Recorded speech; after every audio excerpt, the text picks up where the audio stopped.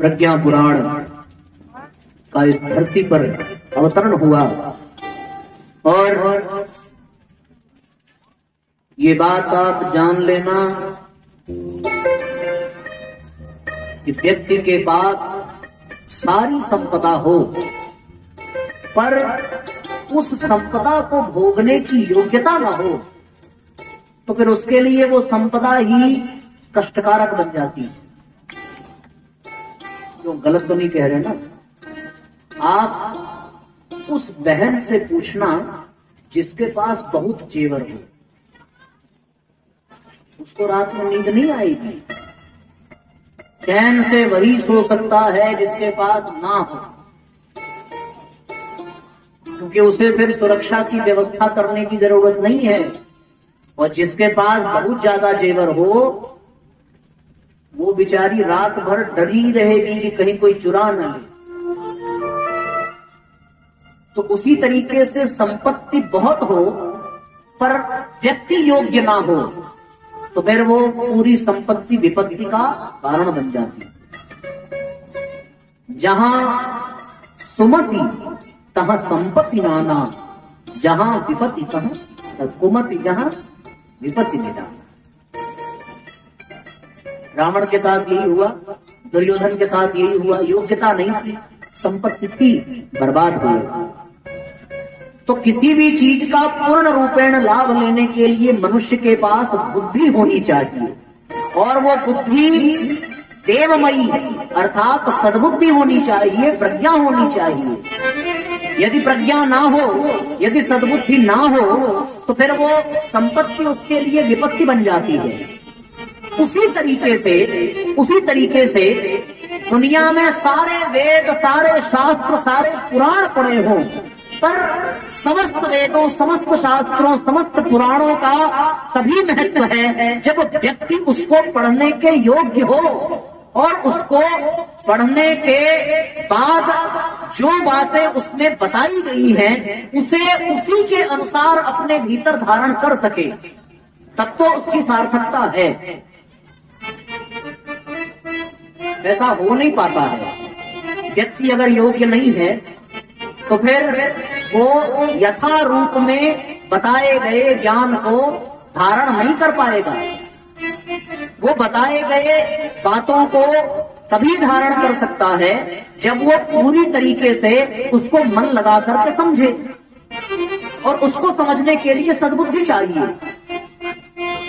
तो आज की तिथि में जितने पुराण लिखे गए, जितने भी शास्त्र लिखे गए, जितने भी ग्रंथ लिखे भगवान वेद व्यास ने, वो सारे बेकार हो गए।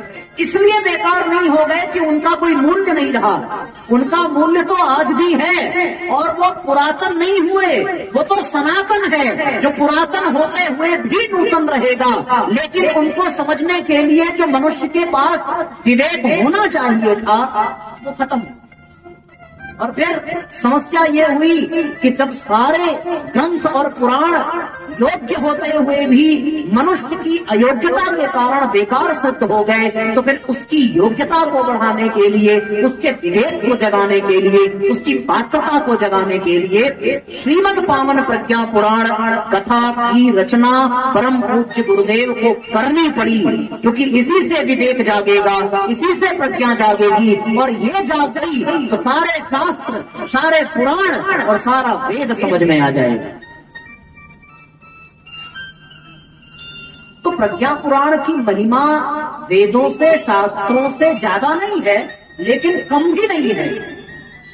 उनको आप हेय दृष्टि से नहीं देख सकते।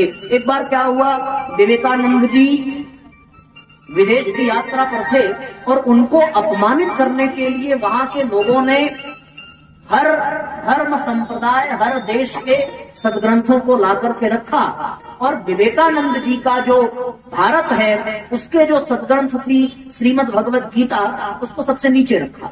ये आप लोगों ने प्रसंग सुना होगा। और उसके बाद उनको बुला करके ये कहा गया कि आपके देश के जो सबसे महत्वपूर्ण ग्रंथ हैं वो हमारे यहाँ, उनका स्थान सबसे नीचे है। तो विवेकानंद जी ने कहा कि बिल्कुल यही स्थान होना ही चाहिए। उन्होंने पूछा कि कैसे? बोले ऐसे और करके दिखाया। क्या किया? नीचे जो सबसे ग्रंथ रखा गया था उसको पकड़ा और क्या किया होगा? खींचा, ऊपर के जितने थे वो सब गिर गए। बोले नींव तो यही है, यदि ये ना हो तो ऊपर वाले बेकार है। उसी तरीके से प्रज्ञा पुराण सबसे नीचे है। सारे वेद, सारे ग्रंथ, सारे शास्त्र, 108 उपनिषद, 6 दर्शन सब ऊपर है और प्रज्ञा पुराण सबसे नीचे है। लेकिन ये जान लो कि ऊपर वाले के विषयों को पूर्ण रूपेण समझने के लिए जो योग्यता चाहिए उसकी प्रारंभिक शिक्षा प्रज्ञा पुराण से मिलेगी और यहीं से वो दृष्टि मिलेगी जिसके कारण आप वेद, उपनिषद, दर्शन, शास्त्र को समझ सकोगे। इसलिए स्वाभाविक और साधारण दृष्टि से देखने पर आपको ये प्रतीत होगा कि सब शास्त्रों में, सब पुराणों में सबसे महत्वपूर्ण प्रज्ञा पुराण है। उस दृष्टि से जो दृष्टि मैं आपको अभी दे रहा हूं वास्तव में नहीं है लेकिन है। अब वो कैसे है ये आप लोगों ने समझा।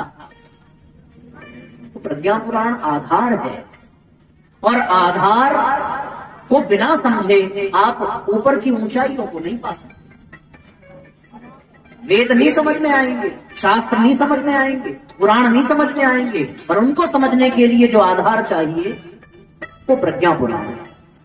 इसलिए परम पूज्य गुरुदेव ने 18 पुराण, 18 उप पुराणों के होने के बावजूद भी एक 19वां पुराण लिखा और हम सबको समर्पित कर दिया। बोले पढ़ो और पढ़ाओ।